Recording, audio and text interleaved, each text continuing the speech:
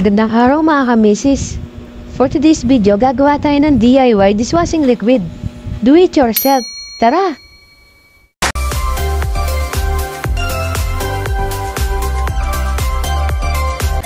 Bago natin simulan natin DIY dishwashing liquid mga kamisis, kailangan kumpletin muna natin ang mga ating gagamitin.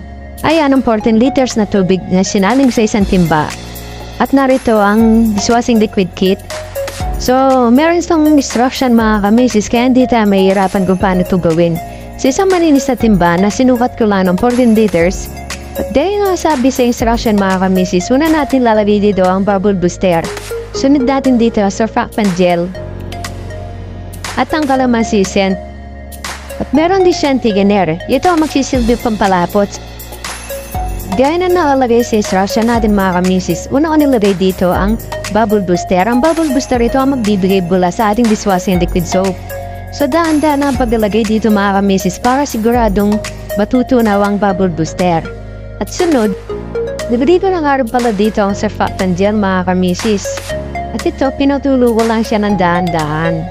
Kailangan kasi daan-daan ang paglagay dito para masigurado natin na matutunaw ang lahat ng ating mga nilalagay.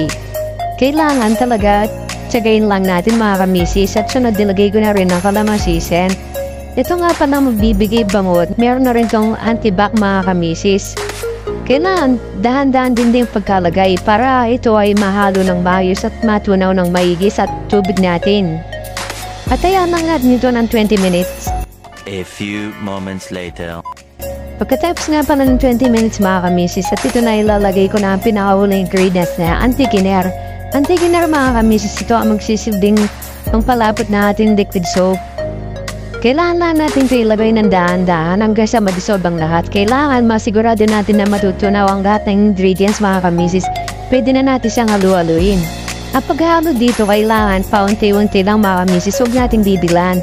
Para matiyak natin na matutunaw lahat ng nilagay natin ingredients. At dito nga ni-rest ko lang siya ng 24 hours mga kamisis. At ayan na, pagkatapos ng 24 oras, ito na ang kakalabasan na ating liquid soap. So, kuha lang kayo ng isang timba mga kamisis para masubukan nyo ito kung siya nga ba ay mabula. At ito nga sinubukan ko na para malaman natin kung ito ay mabula. Kaya tignan nyo naman mga kamisis, napakabula ng ating ginawa. Ayos ang ginawa natin mga kamisis. Hindi tayo nabigo sa ating ginawa. Sinundan lang naman natin ang instruction. Tignan nyo, napakabula. At ang bango naman ito mga kamisis dahil sa kanyang kalamansi scent. Pagkatapos ko nga ito sinubuan kung ito ba ay mabula, ayan na mga kamisis, sinalin ko na sa mga bote. At ito nga pa ng bote na to, pinulot ko lang dyan sa mga tabi-tabi kasi wala naman kasi talaga ang balak na ibenta to, pang gamit-gamit lang. Sa tindahan namin, sa talipapa, dito sa bahay. So sinubukan ko lang mga kamisis. Kaya nang kinalabasan, napakaganda mga kamisis. Pwede nyo rin itong gawin pang business mga kamisis. Maaagwa nga pala kayo dito ng mga 14 to 16 liters. Sinundan ko lang naman lahat ng mga instruction mga kamisis. Kaya hindi tayo pwede magkamali. Sinubukan ko nga sa mga hugasin dito sa bahay. At meron nga isang batang makulit dito inagaw sa akin. At ayan na nga, susubukan niya daw ni Alin Maliit. Kaya nga sabi niya sa akin, napakabula daw. At nag-approve pa siya sa akin daw, napakaganda raw, ang gandang-gandang gamitin, napakabula. Enjoy na enjoy ang batang bulilit. So, ayan mga kamisis. Sana nagustuhan niyo ang aking video. At sana mga kamisis, matry niyo rin ito. Both na mararamura kayo, pwede niyo pang gawin pang negosyo.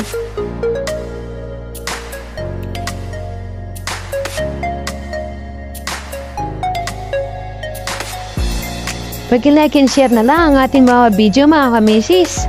Pag-iabangan na lang po ang ating mga susunod na video sa mga DIY na ating gagawin. Ingat lagi mga kamisis!